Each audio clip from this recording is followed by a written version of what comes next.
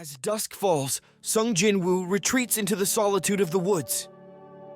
Out of the blue, a job change quest pops up in Jin-Woo's system. Wary of the consequences that might arise from summoning the instant dungeon, he reflects on his past experiences with other instant dungeons before deciding to proceed with the job change request. Feeling that it may help him get stronger, he accepts the request, and he is instructed to enter the gate. Abruptly, a vast purple void gate, alive with lightning, appears before him. On the brink of entry, Jin-Woo remembers he forgot to do his daily quest, but he decides it can wait until after. In an elegant dining room, Yoo Myung-han, the chairman of Yoo-jin Construction, leisurely swirls his wine glass while his son, Yoo Jin-ho, sits across the table, filled with nerves. As Myung-han savors a sip of wine, a polite knock interrupts, heralding the entrance of Yoo Jin-sung, the older brother, who offers apologies for his delay. Jin-sung exchanges pleasantries with Jin-ho. Back in the dungeon, Jin-Woo navigates a corridor, and everything appears unexpectedly normal until he receives a notification informing him that in this area, the use of potions, full recovery, and access to the store are prohibited, and he won't be able to recover his stats upon leveling up or leave until the quest is completed. An armored knight then appears, and they had a serious fight, but Jin-Woo defeats him. More beasts then show up. Jin-Woo continues to fight the demons, but he's getting weak. At that moment, Hunter Choi and others prepare to embark on a journey to the island. Jin-Woo at last is able to defeat all of the knights. He then moves towards a gate where he enters a throne room and encounters another demon, a knight named Igris, the Red Blood commander who defends an empty throne. Jin-Woo has a serious fight with the knight, but it seems almost impossible because of his ungodly speed, perception, and agility. Later on, the battle becomes even more fierce, and at the brink of death, unbelievably to Jin-Woo, he is able to defeat the knight and he becomes stronger. Just at the same point, he receives a teleportation stone.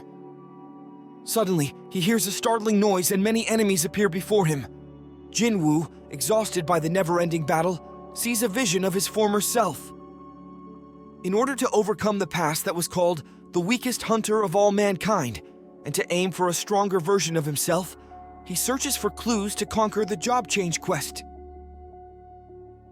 Jin-Woo finds himself thrown across the throne room and hitting a pillar hard. Surrounded by endless knights and without his teleportation stone, he is desperate and pushed to his physical limits.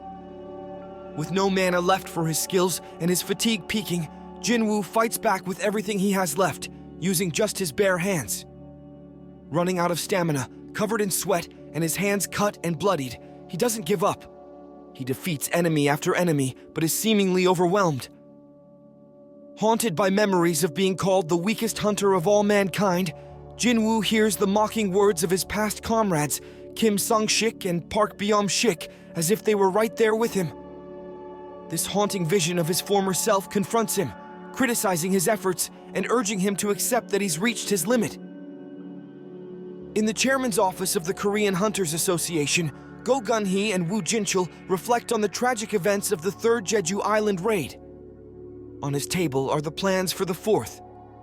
Gun-hee, with a sense of regret, acknowledges that his physical condition prevented him from participating in the raid, while Woo confirms he was part of the operation, handling perimeter security and communications. Back in the dungeon, Jin-Woo is haunted by his past self, who taunts him, dismissing his physical changes, insisting that deep down, he remains as weak as ever. As Jin-Woo is overpowered once more, his defiance flares. But his comeback is cut short as he collides with another knight, forcefully smashing his face into the ground. Through his fading consciousness, Jin-Woo hears the mocking echo of his past self, belittling his desperate efforts. As a knight looms over him, ready to deliver the final blow, the daily quest he forgot to complete expires, and Jin-Woo finds himself transported to the penalty zone. He appears in a vast desert under a blazing sun, surrounded by red clouds and endless sand. Licking his wounds and pondering his fate, Jin-Woo questions whether luck or the system itself intervened to save him. Choosing not to dwell on it, Jin-Woo accesses the store and is able to purchase mana potions, restoring his fatigue, which has skyrocketed past 90 for the first time.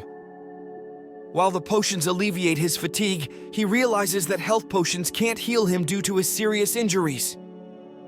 He's abruptly confronted by 6 enormous desert centipedes bursting from the sands. These foes, though formidable, no longer pose the threat they once did at his current level. Jin-Woo confronts the colossal centipedes with renewed resolve. Back in Jin-Woo's apartment, his sister Gina is stirred from her slumber by an unsettling dream. After using the bathroom, she notices the dinner she prepared for Jin-Woo, still untouched on the table, and wonders where he is at this late hour. This leads her to ponder whether he is still working late, or amusingly, if he might have a girlfriend. Snuggling back into her bed, Gina harbors a simple wish: for her brother to return in time for the upcoming guardian teacher meeting at her school that day.